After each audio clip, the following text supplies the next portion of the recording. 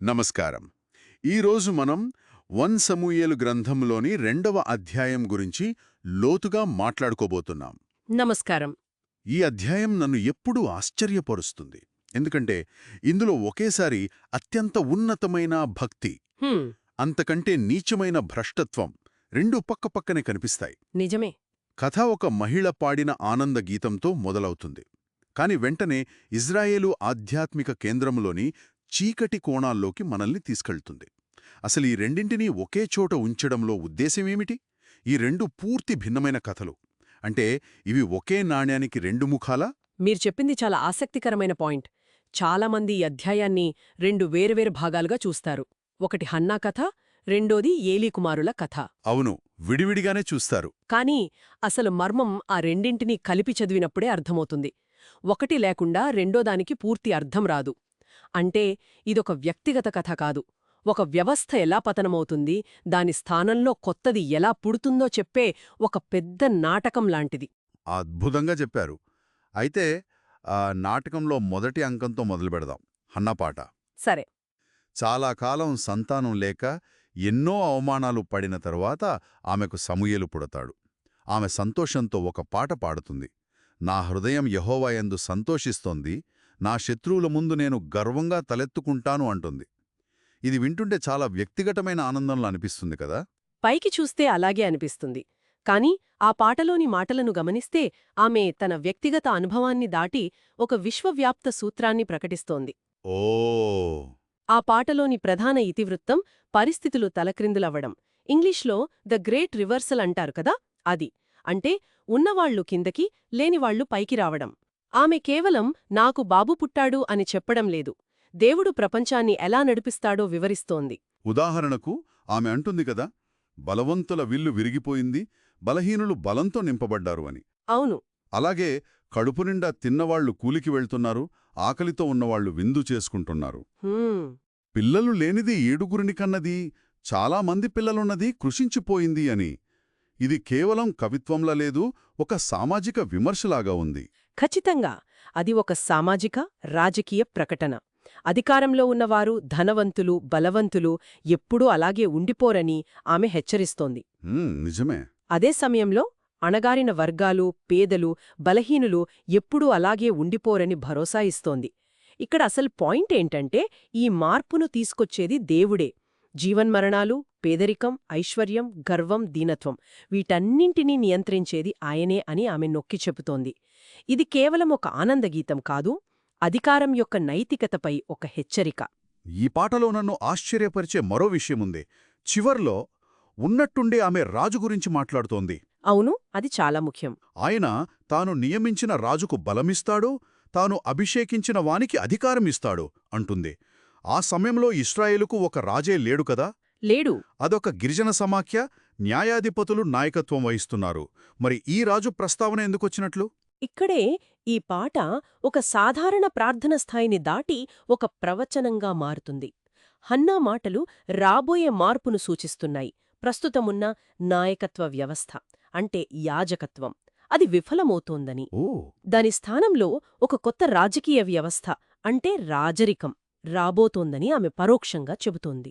ఒక రకంగా ఈ పాట రాబోయే సమూయేలు, సౌలు, దావీదుల కథలకు పునాది వేస్తోంది. అంటే సౌలు పతనం, దావీదు హెచ్చించబడటం. అవును, గర్విష్ఠుడైన సౌలు పతనం, దీనుడైన దావీదు హెచ్చించబడటం, ఇవన్నీ హన్నా పాటలోని సూత్రాలకు ప్రతిబింబాలే. అంటే ఆ పాట ఒక హెచ్చరిక, ఒక భవిష్యత్ సూచన అని మీరంటున్నారు.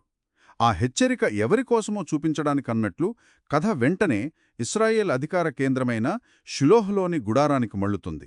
అక్కడ ప్రధాన యాజకుడైన ఏలీ, అతని 2 కుమారులు హొఫ్నీ, ఫినిహాసు.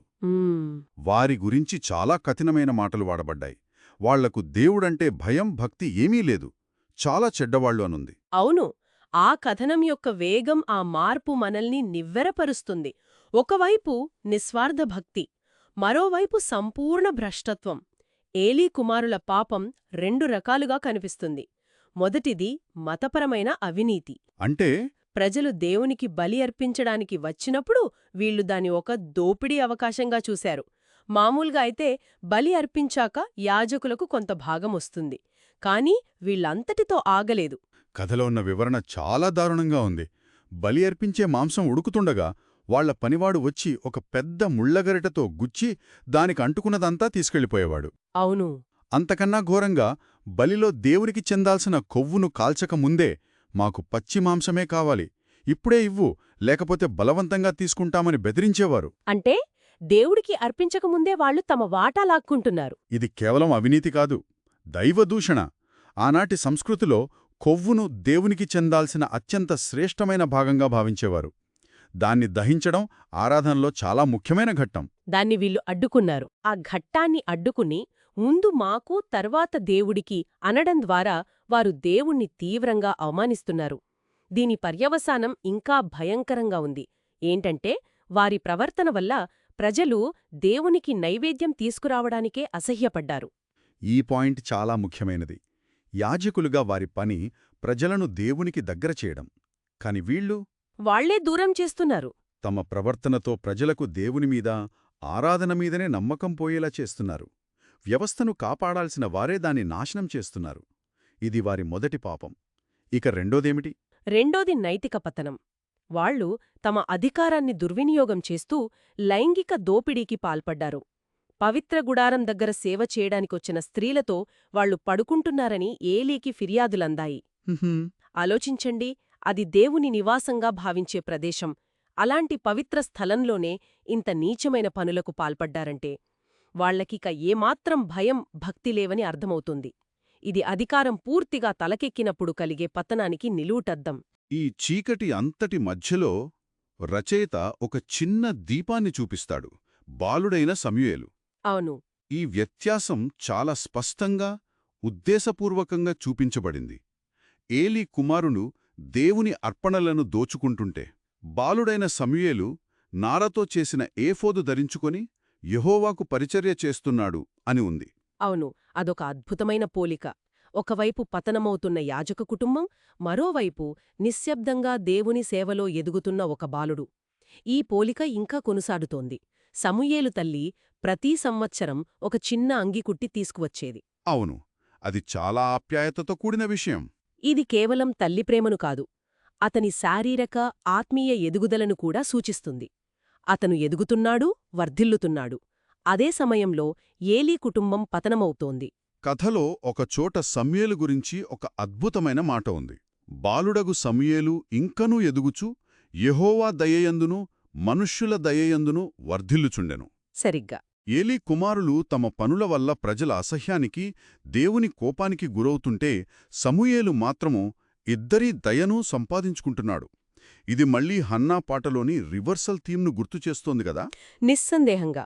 ఒకరు కృషించిపోతుంటే మరొకరు వర్ధిల్లుతున్నారు. ఒక వ్యవస్థ కుళ్ళిపోతున్నప్పుడు దేవుడు దానికి ప్రత్యామ్నాయాన్ని సిద్ధం చేస్తున్నాడని రచయిత సూచిస్తున్నాడు. అంటే పాతది పోయి కొత్తది రాబోతోందని. అవును. పాత యాజకత్వం విఫలమై అవినీతిలో కూరుకుపోయినప్పుడు ఒక కొత్త నాయకత్వం, ప్రవక్తగా, న్యాయాధిపతిగా సమూయేలు రూపంలో తెరపైకి వస్తోంది. హన్నా పాటలోని సూత్రాలు అక్షరాలా మన కళ్ల ముందు జరుగుతున్నాయి. అయితే తండ్రిగా ఏలీ ఏం చేస్తున్నాడు? అతను తన కుమారుల్ని మందలించాడు కదా. ఒక మనిషి ఇంకో మనిషికి తప్పు చేస్తే దేవుడు సరిదిద్దుతాడు, కాని దేవుడికే తప్పు చేస్తే ఎవరు మీకోసం విజ్ఞాపన చేస్తారు అని గట్టిగానే అడిగాడు. కాని వాళ్లు వినలేదు. ఎందుకంటే కథలో ఒక భయంకరమైన వాక్యముంది, యెహోవా వారిని చంపాలని నిర్ణయించుకున్నాడు. ఆ తర్వాత ఒక దైవజనుడు ఏలీ దగ్గరకు వచ్చి తీర్పును ప్రకటిస్తాడు. ఆ తీర్పులో ఏలీ చేసిన అసలు తప్పు ఏమిటని చెప్పబడింది. ఆ దైవజనుడు చెప్పిన మాటలు సూటిగా గుచ్చుకునేలా ఉంటాయి. ఏలీ చేసిన ప్రధానమైన తప్పు తన కుమారుల పాపాలను చూసి చూడనట్లు వదిలేయటం. అంటే చర్య తీసుకోకపోవటం. అవును. తద్వారా అతను దేవునికన్నా తన కుమారులకే ఎక్కువ ప్రాధాన్యత ఇచ్చాడు. ఆ దైవజనుడు దేవుని మాటగా, నాకంటే నీ కుమారులను నీవు గొప్ప చేశావు అని నిందిస్తాడు. ఏలీ తన కుటుంబ ప్రతిష్టను, తన కుమారుల సుఖాన్ని దేవుని ఘనత కన్నా ఎక్కువగా చూశాడు. అది అతని వైఫల్యానికి మూలకారణం. ఈ తీర్పు చాలా నిర్దిష్టంగా, కఠినంగా ఉంది కదా.